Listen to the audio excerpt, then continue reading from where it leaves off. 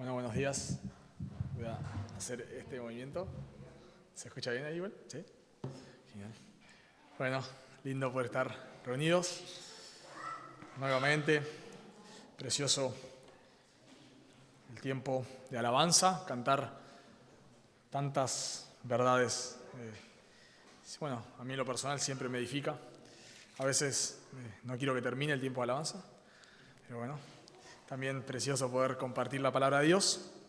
Vamos a continuar con nuestro estudio de Primera de Timoteo, así que les invito a abrir sus Biblias, por favor. Primera de Timoteo, capítulo 3, y ahora vamos a estar viendo el versículo 14 al 16. Primera de Timoteo, capítulo 3, versículos 14 al 16. Leo de la versión Reina Valera 60. Dice la palabra de Dios: esto te escribo, aunque tengo la esperanza de ir pronto a verte, para que si tardo, sepas cómo debes conducirte en la casa de Dios, que es la iglesia del Dios viviente, columna y baluarte de la verdad. E indiscutiblemente grande es el misterio de la piedad. Dios fue manifestado en carne, justificado en el Espíritu, visto de los ángeles, predicado a los gentiles, creído en el mundo, recibido arriba en gloria. Oramos, hermanos, una vez más. Señor, te damos gracias porque, como cantábamos, tu palabra es la verdad. Como cantábamos, tú edificas a tu iglesia por medio de la predicación de tu palabra. Tú salvas a los perdidos por medio de la predicación de tu palabra. Y queremos rogarte, por favor, que tú la uses en esta mañana, que tú nos ayudes a poder ver tu gloria, a poder comprender quién tú eres. Tú conoces cada corazón, cada necesidad, Señor. Y confiamos en que tu palabra es viva y en que tu palabra es eficaz y en que cuando la predicamos tú la usas, Señor. Te damos gracias y te alabamos en Cristo Jesús. Amén. Por el siglo XIX más o menos, surgió un movimiento llamado el Evangelio Social. Y este movimiento, básicamente lo que decía o lo que sostenía, es que la iglesia debe ocuparse, o sea, este movimiento, mejor dicho, se empezó a ocupar mucho de la pobreza, de la desigualdad económica, del racismo, de los crímenes. Entonces, este movimiento fundó algunos orfanatos y usando versículos como por ejemplo Santiago 1:27, donde dice que debemos visitar a los huérfanos y a las viudas, etc. Este movimiento lo que empezó a hacer es darle prioridad a la ayuda social.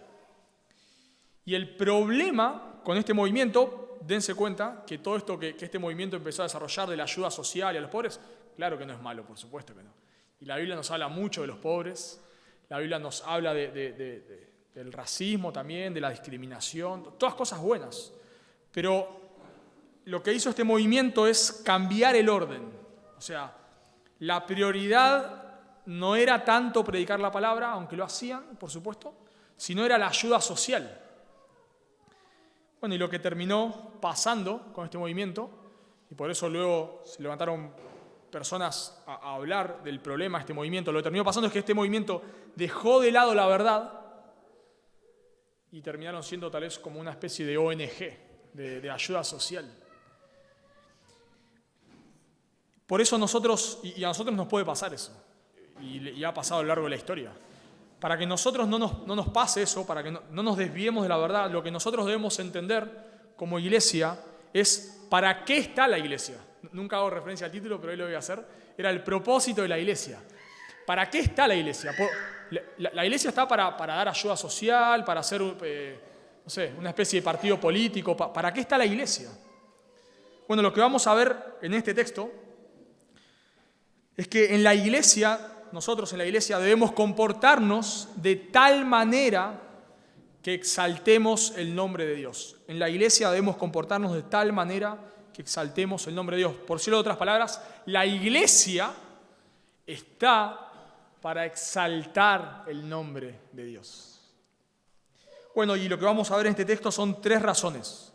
3 razones por qué la iglesia está para exaltar el nombre de Dios. Y la primera razón es porque es la casa de Dios. La iglesia debe exaltar el nombre de Dios porque la iglesia es la casa de Dios. Noten conmigo en el versículo 14. Esto te escribo, aunque tengo la esperanza de ir pronto a verte, para que si tardo sepas cómo debes conducirte en la casa de Dios. Y este versículo, 14 y 15, es como el corazón de la carta. Pablo acá da el propósito por el cual le escribe a Timoteo. Y un poquito, si bien este texto es el corazón cuando nosotros estudiamos la Biblia, una de las cosas que hacemos es buscar la intención autoral, la intención del autor. Y acá a veces no es tan fácil de encontrar, acá es muy fácil de encontrar. Pablo dice, esto te escribo, si bien resume toda la carta, esto te escribo para que si tardo sepa cómo debes conducirte. Y no solamente es el corazón de la carta, sino que también resume toda una sección que Pablo viene dando. Pablo comenzó en capítulo 2 a dar instrucciones en cuanto al orden de la iglesia, cómo debe conducirse la iglesia, que la iglesia debe orar por los perdidos, quiénes deben liderar la iglesia, los hombres, qué hombres, los hombres piadosos, etc. Y Pablo concluye esta sección diciendo que todo esto, si bien hace referencia a toda la carta, sobre todo hace referencia a lo que venía diciendo, que es todo esto del orden en la iglesia, yo te lo escribo para que sepas cómo debes conducirte en la casa de Dios. Pablo dice a Timoteo, esto es importante porque la iglesia está para exaltar el nombre de Dios. Y noten que Pablo tenía el deseo de ir a ver a Timoteo. O sea, si recordamos un poquito la carta, Pablo había salido de la cárcel, había ido a Éfeso con Timoteo, y lo había dejado a Timoteo y se había ido, y Pablo tenía el deseo de volver, y pronto, o sea, se había ido, pero pronto esperaba volver a Éfeso. Pero noten que esto es tan importante que no puede esperar. O sea, Pablo no es que le dice a Timoteo, te lo escribo porque, voy a volver a vos recién en 10 años. No le dice eso. Sino que aunque yo espero pronto, Timoteo, ir a verte, esto no puede esperar, Timoteo. No puede esperar. Todo esto que yo te escribí en cuanto al orden de la iglesia, no puedo esperar. ¿Por qué? Porque tiene que ver con la gloria de Dios. Cuando nosotros pensamos, de vuelta en el contexto, en quiénes deben liderar la iglesia, qué se debe hacer en una iglesia, que parecen hasta detalles solamente organizacionales. O sea, parece que todo lo que las instrucciones que dio Pablo parece solamente, se trata de ser más prolijos. Que los que prediquen sean hombres piadosos o los líderes de la iglesia sean hombres piadosos, parece que es algo como, que está bueno y nada más. Que en la iglesia se ore por los perdidos, parecería algo como casi que sin importancia. Pero Timoteo debía hacer todo esto porque eso es lo que exalta a Dios. Porque la iglesia está para exaltar a Dios y no para hacer lo que está de moda. Y Timoteo debía ordenar la iglesia, todo el desorden que había, porque si eso no se ordenaba, por decirlo de una manera, la iglesia no iba a poder exaltar el nombre de Dios. Así que nosotros, como iglesia, debemos comportarnos de tal manera que exaltemos el nombre de Dios, en primer lugar, porque la iglesia es la casa de Dios. Y es interesante que Pablo use este término casa, la casa de Dios. Cuando se usa la palabra casa, ahí en griego, puede significar dos cosas. Puede significar familia o puede significar una casa física. Y en los versículos anteriores, Pablo usó la palabra casa para hacer referencia a una familia. Por ejemplo, noten conmigo en capítulo 3, versículo 5, capítulo 3, versículo 5, pues el que no sabe gobernar su propia casa, es la misma palabra acá, ¿cómo cuidará la iglesia de Dios? Ahí no está diciendo que debe gobernar su casa en el sentido de que debe tener todo lindo, todo prolijo, sino que debe gobernar bien su familia. Entonces, cuando Pablo acá dice que la iglesia es la casa de Dios, hace referencia a una familia, pero no solamente a la familia, sino también a la iglesia reunida. ¿Por qué? Porque noten cómo sigue describiendo esta casa. Dice que es la casa, que es la iglesia del Dios viviente, columna y baluarte de la verdad. Y la idea de columna y baluarte nos da referencia a un edificio. ¿Okay? O sea, cuando habla de columna y baluarte nos hace referencia a un edificio. O sea que lo que Pablo está diciendo es, la iglesia es la casa de Dios, en el sentido de que es la familia de Dios, pero también es el lugar donde Dios habita. Y esta misma ilustración de una familia por un lado y una casa física por otro, Pablo ya la había usado en Efesios capítulo 2, versículo 19. Dice que, yo se los leo, Efesios 19, así que ya no sois extranjeros ni advenedizos, sino conciudadanos de los santos, y dice Pablo, y miembros de la familia de Dios. O sea, Pablo está diciendo acá que judíos y gentiles ahora son un pueblo y son parte de la familia de Dios. Pero más adelante, en el versículo 21, dice, en quien todo el edificio. O sea, Pablo acaba de decir que la iglesia es la familia de Dios en Efesios 2.19, y en Efesios 2, en realidad 2.20, dice que la iglesia es el edificio donde Dios habita. La Biblia nos dice que los creyentes somos templo del Espíritu Santo. Por ejemplo, en 1 Corintios 6.12 dice que no podemos unirnos en yugo desigual porque nuestros miembros no son templo, nuestros cuerpos son templo del Espíritu Santo. O sea que cuando una persona se convierte al Señor, el Espíritu Santo viene a morar dentro de esa persona y es templo del Espíritu Santo. Pero la Biblia también nos dice que no solamente, y ese es el gran concepto que todos tenemos, que en los creyentes mora el Espíritu Santo. Pero también es verdad que el Espíritu Santo mora en la iglesia. El Espíritu Santo mora en medio de la iglesia reunida. Dice 1 Corintios 3.16, ¿no sabéis que sois templo de Dios y que el Espíritu de Dios mora en vosotros?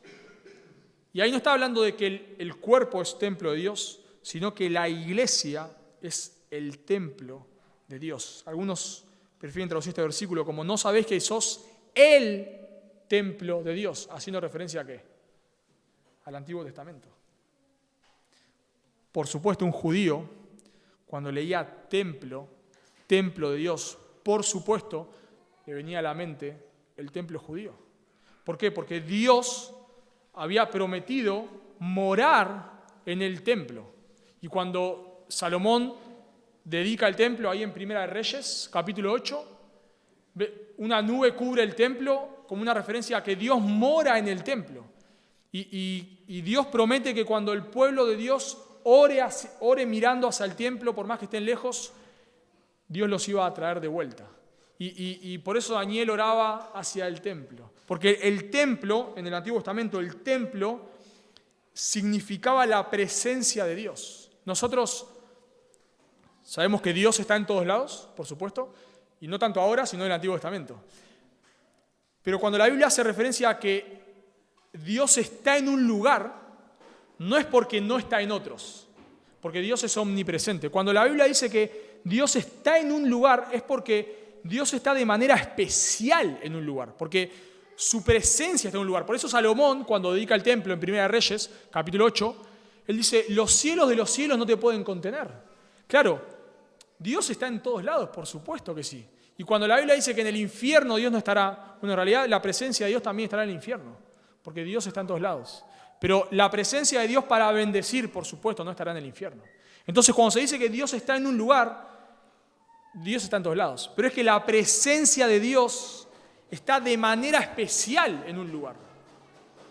Y en el Antiguo Testamento, la presencia de Dios estaba de manera especial en el templo. Por eso Ezequiel tiene la visión cuando ve a la gloria de Dios que abandona el templo, porque está de manera especial en el templo. Y en el Nuevo Testamento nos dice la Escritura que Dios habita en medio de la iglesia reunida. Dice Efesios 2:22, en quien también vosotros, juntamente la iglesia reunida, sois juntamente edificados para morada de Dios en el Espíritu. Y 1 Pedro 2:4 dice que somos piedras de un templo. Así que cuando nosotros nos reunimos como iglesia, Dios mora en medio nuestro. Eso es algo que no entendemos, porque claro, no lo podemos ver. Pero de alguna manera Dios mora en medio de su iglesia cuando nosotros nos reunimos. Y por supuesto, esto es un argumento para congregarnos. Claro que sí. Porque cuando nosotros nos quedamos mirando una predicación de YouTube por internet y no nos congregamos, de alguna manera Dios está en todos lados y está con nosotros en nuestra casa, por supuesto, pero de alguna manera no está de la misma manera que está en su iglesia.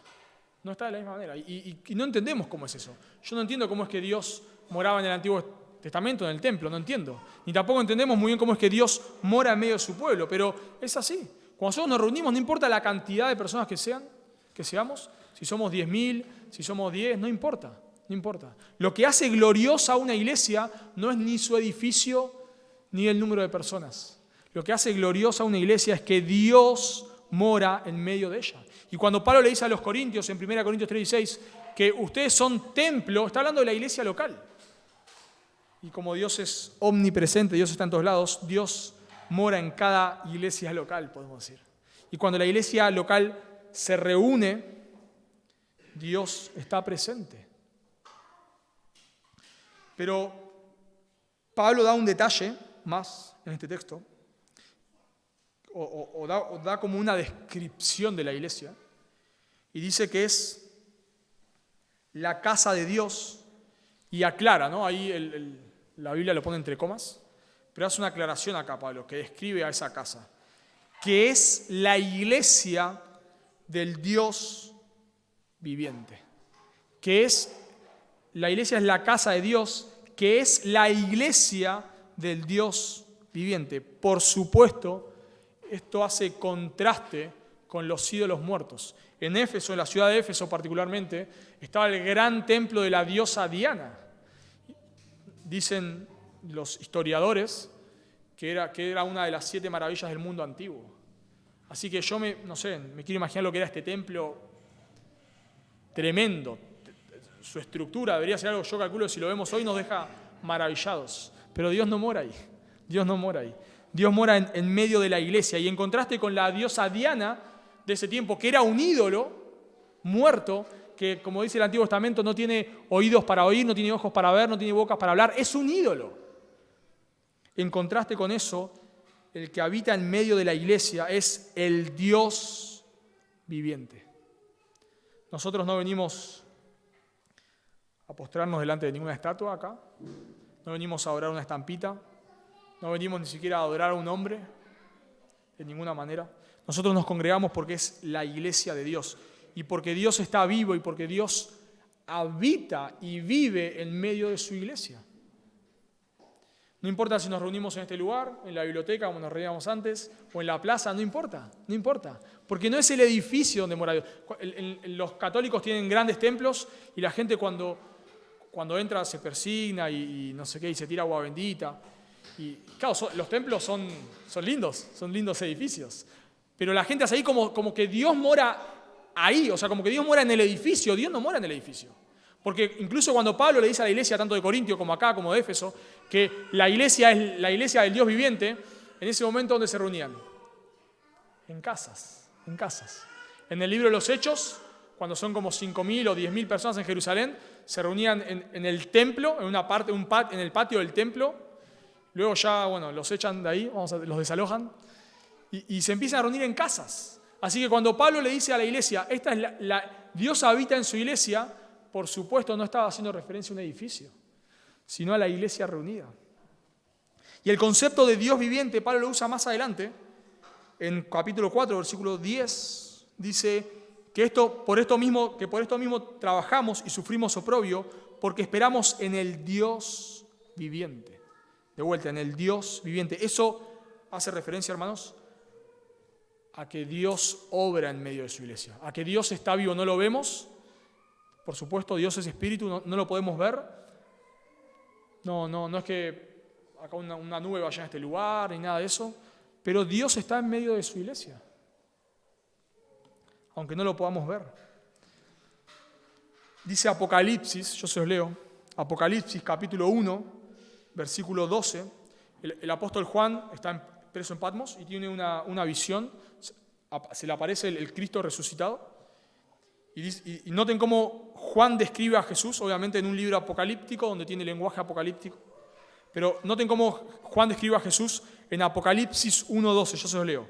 Dice, y me volví para ver la voz que hablaba conmigo, y vuelto vi, dice Juan, 7 candeleros de oro. 7 candeleros de oro. Y en medio de los 7 candeleros, a uno semejante al Hijo del Hombre. O sea, Juan se da vuelta y ve 7 candeleros, y en medio de los candeleros, a uno semejante al Hijo del Hombre. Bueno, en el versículo 20, Juan nos interpreta la visión. Y dice: el misterio de las 7 estrellas que has visto en mi diestra y de los 7 candeleros de oro es el siguiente. Las 7 estrellas son los ángeles de las 7 iglesias. Y los 7 candeleros, vimos al Hijo del Hombre en medio de los 7 candeleros, y los 7 candeleros que has visto son las 7 iglesias. O sea que Juan está viendo a Jesús en medio de las iglesias. Y por eso cuando después leemos Apocalipsis capítulo 2, vemos a Jesús que conoce lo que pasa en su iglesia. Y le dice a Éfeso: yo he visto esto, pero que has perdido tu primer amor. Yo sé, le dice a otra iglesia, que ustedes retienen ahí a los que tienen la doctrina de los nicolaitas. Le dice a la iglesia en Filadelfia: yo sé que aunque vos tenés poca fuerza, has guardado mi palabra. ¿Por qué lo sabe? ¿Por qué lo sabe? Porque Dios habita en medio de su iglesia. Por eso cuando Ananías y Zafira le mienten al Espíritu Santo, Dios los mata ahí. Por supuesto no es algo que suceda, vemos que sucede hoy en día, pero eso sucede en el libro de los Hechos para mostrarnos que Dios obra en medio de su iglesia. Con Dios no se juega. Cuando Ananías y Zafira en el libro de los Hechos, Hechos capítulo 5, mienten diciendo que habían dado a Dios algo que en realidad no habían dado, Dios los mata. Y no los mata por el dinero, por supuesto, sino porque ellos mintieron. Y lo dice el texto: has mentido a Dios. Con Dios no se juega. Dios mora en medio de su iglesia. Y por eso Dios, Jesús, que es Dios, le dice a la iglesia de Éfeso en Apocalipsis capítulo 2: si no te arrepientes, quitaré tu candelero, gracias, tu candelero. La referencia a quitar el candelero es una referencia no a que van a perder la salvación, sino a que Dios iba a quitar esa iglesia de ahí. Y la iglesia de Éfeso no está más hoy. Dios mora en medio de su iglesia. Por eso, y tal vez es un concepto que nosotros debemos recuperar de cierta manera del Antiguo Testamento, en el sentido de que cuando la gente venía a adorar al templo, se preparaba. El Salmo 100, por ejemplo, es un salmo que se cantaba cuando la gente entraba al templo. Y el Salmo 100 es un llamado a venir a adorar a Dios con un corazón correcto, a cantar alegres a Dios, a servir a Dios. Es un llamado a venir a postrarse delante de Dios. ¿Por qué? Porque el israelita sabía que cuando iba al templo, la presencia de Dios estaba ahí. Y de la misma manera, cuando nosotros nos reunimos, aunque no se trata de sentir algo, se trata de creerlo por la fe. La fe es la certeza de lo que se espera, muy bien, y la convicción de lo que no se ve. No lo vemos, no sentimos nada tal vez, pero Dios habita en medio de su iglesia.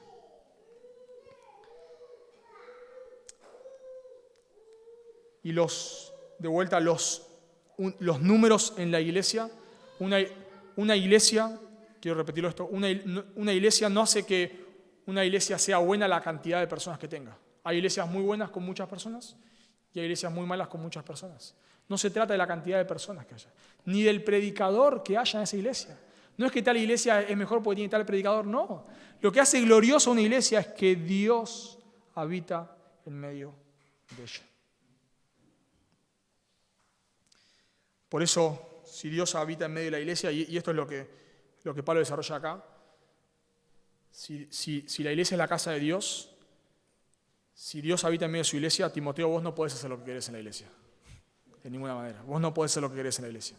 Una vez hablé con una persona que había ido a la iglesia en la cual estaba en ese momento y me contaba que se había ido de una iglesia porque no había reunión de jóvenes. No te puedes ir a una iglesia porque no hay reunión de jóvenes. No te puedes. Te puedes ir a una iglesia si no se predica la verdad, si Dios no está en medio de su iglesia. Por supuesto, si no se predica la verdad, Dios no va a estar en medio de su iglesia. Si los líderes son un desastre, claro que sí. Pero porque no hay reunión de jóvenes, no.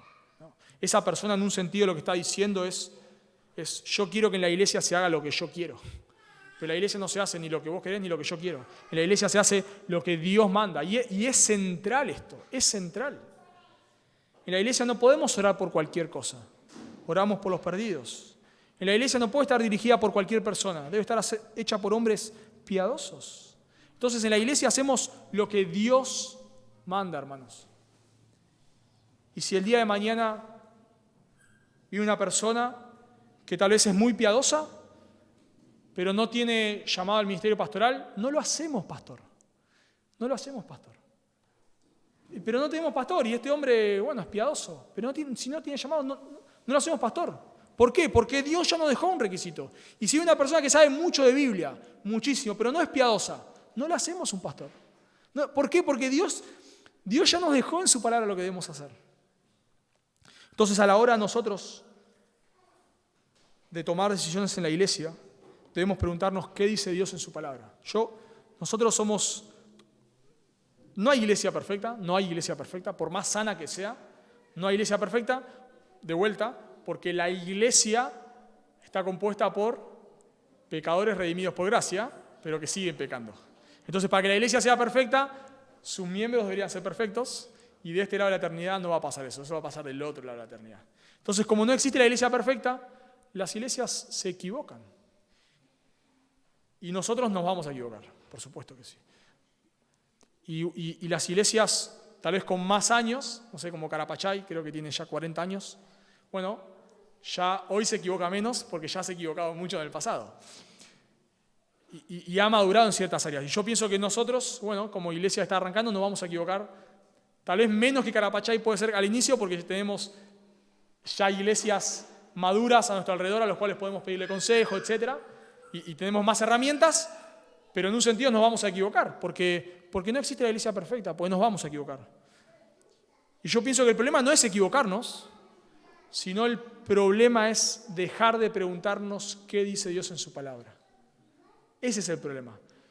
El problema no es que nos equivoquemos, pues nos vamos a equivocar. El problema es cuando nosotros dejamos de preguntarnos qué dice Dios en su palabra. De vuelta, volviendo a lo de la justicia social, a lo del evangelio social, perdón. ¿Qué dice Dios en su palabra? ¿Cuál es la prioridad? Está buenísima tu idea, pero ¿qué dice Dios? Porque no se trata acá de ver quién trae la mejor idea. Se trata de decir, bueno, ¿qué dice Dios en su palabra? Y ya lo he puesto como ejemplo, pero lo voy a poner de vuelta porque es lo que soy hoy en día. Y hoy está de moda, porque está de moda que alguien te imponga las manos y te caigas al piso. Bueno, pero ¿qué dice la Biblia de eso? ¿Qué dice? No, pero yo lo experimenté, es que no me importa si lo experimentaste. Yo no voy a hablar de tu experiencia, está bien si lo experimentaste. Pero ¿qué dice Dios? En algún lado yo veo en la Biblia que nosotros debemos imponer las manos a la gente y que se caiga. Si vos me lo mostrás por la Biblia, lo hacemos. Pero no vas a poder hacerlo, porque la Biblia no habla de eso. Y lo hay un montón de cosas, bueno, pero si nosotros no ponemos acá a pastoras, quedamos como unos arcaicos. Bueno, no me importa. Porque el punto no es qué piensas vos o qué pienso yo o qué piensa la sociedad. El punto es qué dice Dios en su palabra. Y si Dios dice que la iglesia, los pastores deben ser hombres, ya. Y si hoy hay un ministerio, un movimiento feminista, y bueno, ¿qué vamos a hacer? Nos bancaremos los palos y seguiremos adelante. Entonces la clave, hermanos, y por eso Pablo le escribe a Timoteo, es preguntarnos, y eso es lo que nosotros debemos tener todo el tiempo en mente, es ¿qué dice la Biblia? Y si la Biblia nos da libertad, por ejemplo, Santi ha predicado sobre eso, ¿qué música debemos tener?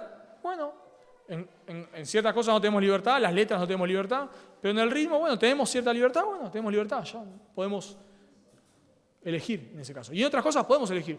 Podemos tener una reunión de jóvenes o podemos no tenerla, podemos tener una de niños o podemos no tenerla. Ni una cosa es pecado, ni la otra no, y podemos tener libertad en esas cosas. Y levantamos la mano cuando cantamos, no la levantamos, podemos tener libertad. Y cómo ponemos la silla, y cómo es el orden de culto, y un montón de cosas tenemos libertad, por supuesto que sí. Y ahí no hay problema, no somos legalistas. Nosotros, por supuesto, el liderazgo cree que esto se va a hacer de cierta manera, se hace de cierta manera, pero tenemos libertad. Pero donde la Biblia habla, la obedecemos. Donde la Biblia habla, la obedecemos.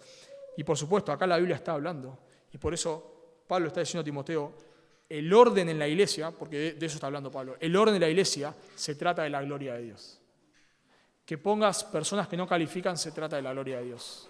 Que se ore por lo que no se debe orar, se trata de la gloria de Dios.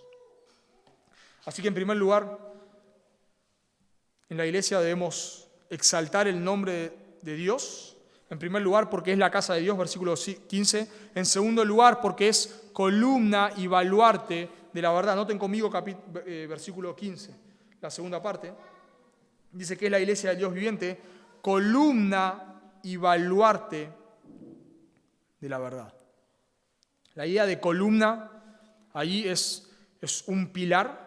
En la Septuaginta, que es la traducción del Antiguo Testamento al griego, se usa esta palabra para hablar de dos columnas, por eso digo que hace referencia al templo, de dos columnas que había en el templo. Eso lo pueden leer en Primera de Reyes, capítulo 7, versículo 15 y versículo 20 o 21, no recuerdo ahora. Pueden leer que en el templo de Israel había dos columnas que sostenían el templo y tenían nombres, Jaquín y Boaz. Así que cuando Pablo dice que la iglesia es columna, es que la iglesia sostiene la verdad como las columnas en el Antiguo Testamento sostenían el templo. Y la palabra baluarte no aparece en todo el Nuevo Testamento, solo acá aparece. Y aparece luego en algunos escritos posteriores. Y tiene que ver con un sustento, con un soporte, con algo que defiende, podríamos decir. O sea que Pablo está diciendo que la iglesia está para sostener y defender la verdad. Importa cómo nos comportamos en la iglesia, porque la iglesia debe levantar la verdad en alto y la iglesia debe defender la verdad. Y esta verdad que debe levantar en alto y defender, lo vamos a ver después más adelante, está en el versículo 16, es el Evangelio. La iglesia debe proclamar el Evangelio con fidelidad. Y que tengamos una iglesia, si nosotros tenemos una iglesia desordenada en estos aspectos que la Biblia nos enseñó, no estamos levantando la verdad en alto. Por eso la práctica y la teoría se relacionan mucho. Si nosotros sabemos mucho de teoría, pero estamos viviendo de manera desordenada, no estamos levantando la verdad en alto. La iglesia debe proclamar el Evangelio y la iglesia debemos entender que la iglesia no existe para hacernos felices. La iglesia, una vez hablaba con unos hermanos acá y me decían que la gente acaba la iglesia porque no tiene nada que hacer en invierno, porque no hay muchas actividades, no hay shopping, ahora está el coto, ¿no? Pero no hay mucho que hacer. Entonces, bueno, acá todo el mundo, vos te cruzás acá, cualquier persona va a la iglesia, porque claro, la iglesia es como un club social, pero gratis. Bueno, la iglesia no está para que vos tengas algo que hacer los fines de semana, no está para que vos tengas amigos. La iglesia está para defender la verdad, para levantar la verdad alto. Por eso nosotros predicamos la verdad, cantamos la verdad, oramos la verdad. Y debemos entender eso, hermanos. Nosotros debemos exaltar el nombre de Dios porque Dios habita en medio nuestro, en primer lugar. Y en segundo lugar, porque nosotros debemos levantar la verdad en alto. Una vez hablé con unas personas que eran ecuménicas y ellos me decían que en la iglesia debíamos hacer ayuda social y un techo para mi país y un montón de cosas más. Que son cosas buenas o son cosas malas. Pero yo les dije, es que el problema es que la iglesia no está para eso. Claro que la iglesia está buenísimo que haga eso y es una manera de predicar el Evangelio buenísimo. Pero la iglesia está para levantar la verdad en alto. La iglesia está para proclamar la verdad. La iglesia no está para satisfacer tus necesidades. Esta persona que puse de ejemplo, que se fue de la iglesia porque en su iglesia no había reunión de jóvenes, está pensando que la iglesia existe para satisfacer sus necesidades. La iglesia no existe para satisfacer tus necesidades, ni las mías tampoco. La iglesia existe para levantar la verdad en alto. Así que cuando vos te congregás en una iglesia, no debes decir, a ver, esta iglesia satisface mis necesidades. Una vez, viendo una película cristiana, me daba gracia norteamericana, en un momento iban a buscar a personas que los habían visitado, a que habían visitado la iglesia, y iban, no sé, el diácono o alguien ahí de la iglesia, una persona servía, y iba y estaba hablando con los padres y decía, bueno, tenemos fútbol para niños, y tenemos no sé qué día, el día del retiro de la familia, y no sé qué día, como si la iglesia está para satisfacer las necesidades de las personas. Y así es lamentable esto. Pero así pasa en las iglesias. Vas a una iglesia, no, a esa iglesia no me gusta, ¿por qué? Y porque no tiene reunión de damas. Me voy a otra iglesia. No, esa iglesia no se cantan solo himnos. A mí me gusta la música más rock, así que me voy a otra iglesia. Y así va la iglesia cambiando, van la persona cambiando de iglesia como si fuese, no sé, mudarte, cambiar el alquiler, no sé. No, eso es un error. Porque la iglesia es columna y baluarte de la verdad. La iglesia está para proclamar la verdad, no para satisfacer tus necesidades. La iglesia no se trata de nosotros, la iglesia se trata de Dios. Así que cuando nosotros buscamos una iglesia bíblica y estás en una iglesia bíblica, que no tenga ciertas actividades no es un motivo para irte. Yo no le dije nada a este hombre porque no tenía confianza, pero me dan ganas de decirle, no, por favor, usted está errado. Usted debe volver a esa iglesia y pedirle perdón a sus líderes, porque usted no se está yendo por un motivo bíblico. Porque la iglesia no está para satisfacer sus necesidades, está para proclamar la verdad.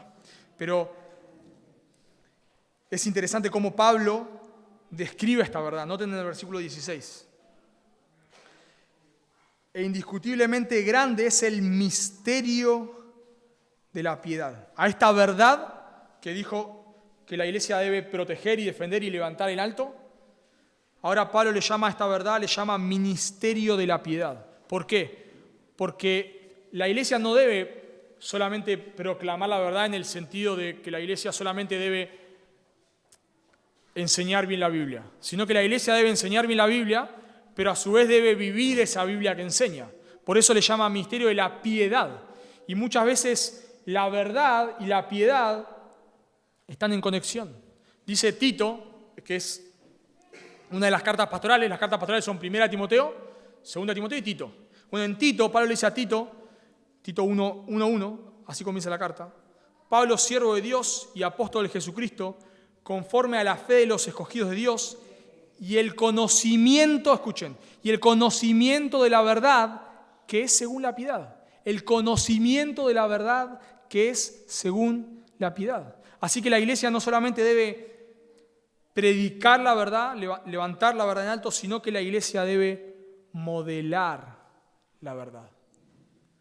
Por eso Pablo dejó bien clarito los requisitos de los líderes. Y los podemos resumir esta palabra. Los líderes deben ser piadosos.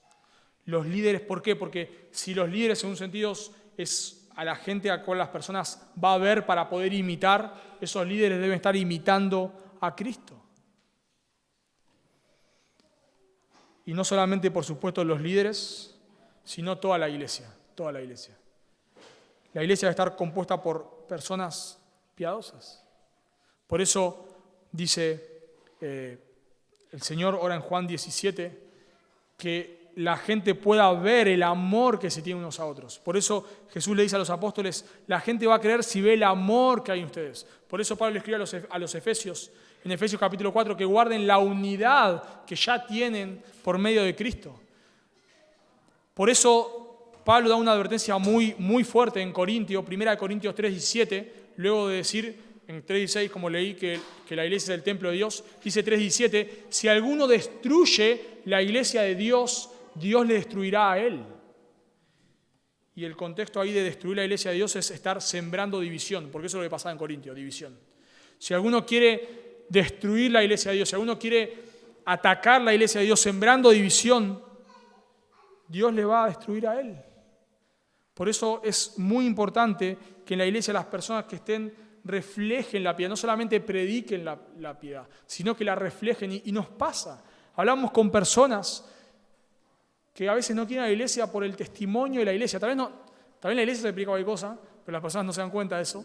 Pero no es que no quieren ir porque se predica cualquier cosa, no quieren ir porque la gente que vive ahí es un desastre. Porque en el liderazgo, hace poco ir a visitar una iglesia, ir a visitar una iglesia de las IBM hermanas, y estaba hablando con una hermana ahí que me contaba de una iglesia que él había salido, y me dice, Mati, ¿no sabes? La iglesia ahora, en el liderazgo, adulterio por todos lados, fornicación, engaño. Y él me decía, a ver, estas personas ahora no pueden confrontar a la congregación, porque cuando le van a marcar su pecado, pero mirá, tu vida es un desastre, ¿qué me vas a decir? Por eso la iglesia proclama la verdad, pero no solamente proclama la verdad, sino que la iglesia debe vivir en piedad. Debe reflejar esa piedad que proclama. Si nosotros somos muy ortodoxos y enseñamos muy la Biblia, lo que sea, pero no la estamos viviendo, no somos una iglesia fiel. No somos una iglesia fiel. Hoy con YouTube y un montón de cosas me he cansado, por decirlo de alguna manera, o he hablado con muchísimas personas que saben, de verdad, mucha teología. Una vez hablé con un joven que me empezó a hablar de la historia bautista. Muchísima teología, muchísima. Yo me quedo a veces, de verdad, impactado con la teología que saben. Pero ese joven es adicto a la pornografía. O está viviendo en fornicación, como si nada. ¿Cómo puede ser? Es que no entiendo. ¿Cómo? Me acabas de hablar de un Dios glorioso, un Dios soberano, un Dios no sé qué, y vivís en fornicación como si nada. No, esto no puede ser. Bueno, en la iglesia no puede pasar eso. La iglesia debe proclamar la verdad y vivir esa verdad que proclama. Así que la iglesia está para exaltar el nombre de Dios, en primer lugar porque es la casa de Dios, versículo 15. En segundo lugar porque es columna y baluarte de la verdad, la segunda parte del versículo 15. Y en tercer lugar porque la iglesia tiene la tarea de proclamar el glorioso evangelio. Porque la iglesia tiene la tarea de proclamar el glorioso evangelio. Noten versículo 16. Dice, indiscutiblemente grande es el misterio de la piedad. Dios fue manifestado en carne, justificado en el Espíritu, visto de los ángeles, predicado a los gentiles, creído en el mundo, recibido arriba en gloria. Bueno, esto hay discusión de cómo dividir este fragmento, que es una oración. Yo me inclino a dividirlo en 3 partes, coincido con los que lo dividen en 3 partes, no en 2, sino en 3. La primera parte habla de la obra realizada por Cristo, que esas son las 2 primeras estrofas. La segunda de la manifestación de esa obra, las estrofas del medio. Y la tercera, el reconocimiento de la obra. O sea, la obra realizada por Cristo, la manifestación de esa obra y el reconocimiento de esa obra. Y este himno, bueno, no sé si es un himno o un credo, podría ser un himno o un credo, contiene la verdad que Pablo dijo que hay que levantar en alto. Pablo dijo que la iglesia es columna y baluarte de la verdad, y ahora va a decir cuál es esa verdad. Y lo hace introduciendo un indiscutiblemente, el ahí, la conjunción ahí, podría traducirse como ciertamente, es como algo categórico. Es como si Pablo está diciendo, esto es indiscutible, esto es innegable. Esta es la verdad que la iglesia debe levantar en alto y no se negocia. Cuando dice grande es este misterio, grande es más allá de toda duda. Esta verdad es increíble y bueno, misterio, como ya lo ha usado Pablo, es referencia a algo que estaba oculto y ahora es revelado. Pablo está diciendo la verdad que el evangelio, que la iglesia debe proclamar, que la iglesia debe estar maravillado, que la iglesia debe vivir, es el evangelio. Y ahora nos dice, noten, en primer lugar, Pablo nos habla de la obra realizada. Dice, Dios fue manifestado en carne. Bueno, hay, no sé quién tiene acá de las Américas, pero las Américas creo que traduce el que fue o aquel que fue manifestado en carne, porque, bueno, según algunos manuscritos tiene una diferencia, algunos ponen Dios, que es como traduce la Reina Valera, y otros traducen Él, el que fue manifestado en carne. Bueno, los eruditos dicen que lo más correcto en este texto sería traducir como quien fue manifestado en carne, o el que fue manifestado en carne, o aquel que fue manifestado en carne. Y aquel que fue manifestado en carne está haciendo una referencia al pronombre a quien hace referencia él o aquel, no es el del versículo anterior, sino es del himno que está citando. O sea, Pablo está citando un himno o un credo, y ese credo, antes de aquel, está haciendo referencia a Cristo. O sea, para decirlo en palabras más sencillas. Aquel que fue manifestado en carne está diciendo que Dios, Jesús, se hizo hombre. Este texto es paralelo a Juan 1:14. Y aquel verbo, ¿quién es aquel verbo? El del versículo 1, que dijo que era Dios. Y aquel verbo que estaba con Dios y era Dios, fue hecho carne. Bueno, lo mismo está diciendo acá. Jesús, aquel verbo, fue hecho carne. Dios o aquel que fue manifestado en carne. La referencia fue manifestado en carne hace referencia a la humanidad de Cristo. O mejor dicho, a su deidad. A que Dios se humanó. Y eso es central en el Evangelio. Es central. El Evangelio se trata de que Dios se hizo hombre. Una vez hablaba con un testigo de Jehová y me sorprendió cómo esta persona me hablaba de moralidad casi igual a la nuestra, o sea, en lo que creía. Me hablaba y me impactó esto, el testigo de Jehová me decía que en la iglesia se debe predicar la palabra de Dios tal como está. Eso me dijo, wow, dije yo, tremendo. Que Jesús murió por los pecadores, pero hay un pequeño detalle, ¿no? Que no es pequeño, que Jesús no es Dios. Y ese, entre comillas, pequeño, lo digo en broma, irónicamente, no es pequeño, pero ese, entre comillas, pequeño detalle distingue un creyente de un no creyente, imagínense. Distingue quién es creyente de quién no es creyente. Si Jesús no es Dios, no hay evangelio. Si Jesús no es Dios, no hay evangelio. No hay evangelio, porque el único que puede morir en lugar del pecador y absorber la ira infinita, porque ¿por qué las personas no mueren en el infierno? Porque nunca terminan de pagar sus pecados. Nunca, jamás. Si una persona en el infierno terminaría de pagar sus pecados, tiene que pasar al cielo. Pero nunca termina de pagar sus pecados. ¿Y cómo es que Jesús solo en 3 horas absorbió nuestra ira? Porque Jesús es infinito. Y solamente un Dios infinito puede absorber la ira infinita que nosotros merecemos. Así que el único que puede morir en la cruz en nuestro lugar, el único, es Dios hecho hombre. Solamente Dios hecho hombre. Y el Evangelio nos dice eso, que Dios se humanó. Jesús no fue un gran profeta, no fue un hombre avanzado para la sociedad. No. Jesús es Dios, Dios hecho hombre. Y por supuesto, que dice el versículo, Dios fue manifestado en carne, nos hace referencia a que Jesús es Dios, 100% Dios y 100% hombre. Jesús, a veces nosotros tenemos esta imagen de Jesús, que Jesús vencía el pecado de taquito, ¿no?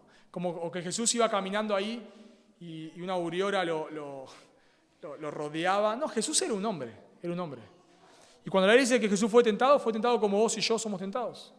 Exactamente de la misma manera. Y cuando, no sé si alguna vez te pasó que tuviste mucho hambre, muchísimo hambre, que en tu caso, no en el caso de Cristo, en tu caso te llevó a pecar y a decirle a tu esposa o a tu esposo, ¿cómo no está la comida hecha? O lo que sea. Bueno, de la misma manera que vos sentiste esa hambre, Jesús también la sintió. Por supuesto, Él no pecó. Claro, la Biblia nos dice claramente que Jesús no pecó. Pero sintió hambre como vos y yo sentimos. Y fue tentado como vos y yo somos tentados. No es que, vamos a decir así, es como que Jesús tenía un campo de fuerza que el pecado rebotaba y Jesús iba caminando y el pecado no le hacía nada. No, Jesús fue tentado como hombre, pero a su vez es Dios. Y esas dos naturalezas no se mezclan ni se separan y conviven en una persona y no entendemos cómo es eso.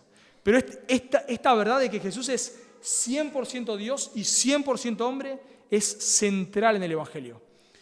Es un poco difícil esto, pero el credo de Calcedonia, y solamente lo voy a citar para que vean, el credo de Calcedonia justamente es un credo que refuta las herejías, y una de las herejías que refuta es que Jesús no se humanó o no era Dios. Y noten cómo ellos defienden esta verdad, por favor. Yo sé que es difícil esto, pero quiero leerlo para que vean la importancia y qué tan cuidadosos son en cada palabra que describen.